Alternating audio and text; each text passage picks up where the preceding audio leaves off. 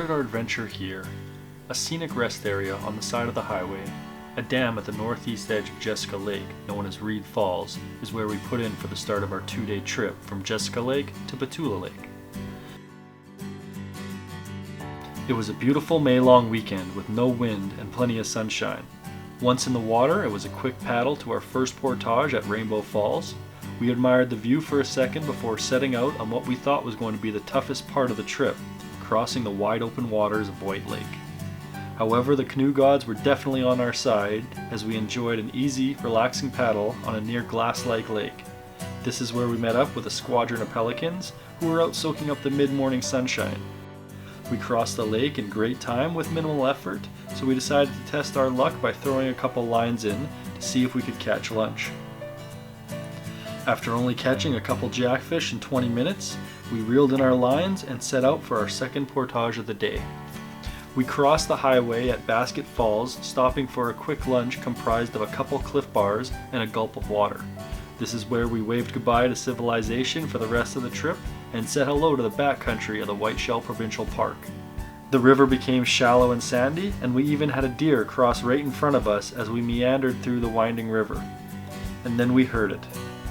It started as a low rumble, almost like a busy highway in the distance, but we knew better. There were no roads nearby. We knew exactly what was waiting for us around the next bend. After 2 years of hopping from lake to lake and portaging our gear and canoe, we had finally encountered our first runnable set of rapids. Our pulse quickened and our hands grew sweaty as we were about to make the all-important leap from beginner canoeists to intermediate paddlers. We assessed the situation and picked our line, making sure to point out all the dangerous areas to avoid. Fully committed, we paddled towards our goal.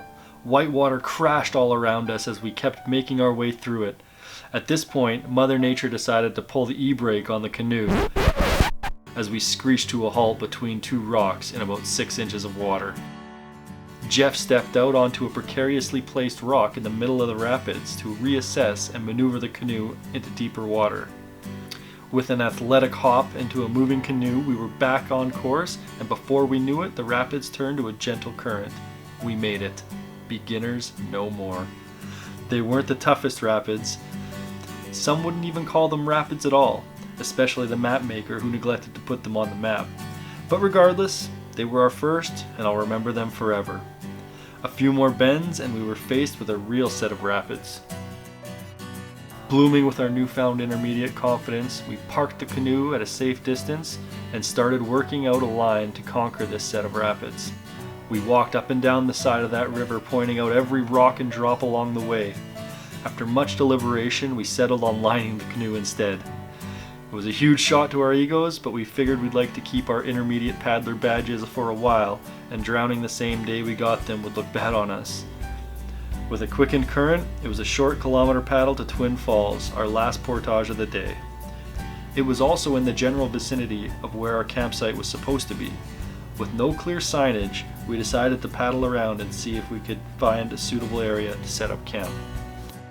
An elevated rocky outcropping 30 feet in the air caught our eye right away, but upon closer inspection, the lack of firewood and no trees to set up our hammocks were too big drawbacks to overcome. We left our penthouse campsite and paddled back upstream to a clearing we had passed earlier. Some may have called it Plan B, but we called it home for the night. After setting up our sleeping quarters, we divvied up the remaining camp chores of gathering wood and building a fire pit. Both were accomplished with ease, and upon realizing it was 5 p.m. and we hadn't caught dinner, we scurried back to the boat for a little evening fishing. 2 grueling fishless hours passed, and I pointed out to Jeff 3 times that if we had any other options other than Cliff Bars for supper, I would be giving up and heading back to start that.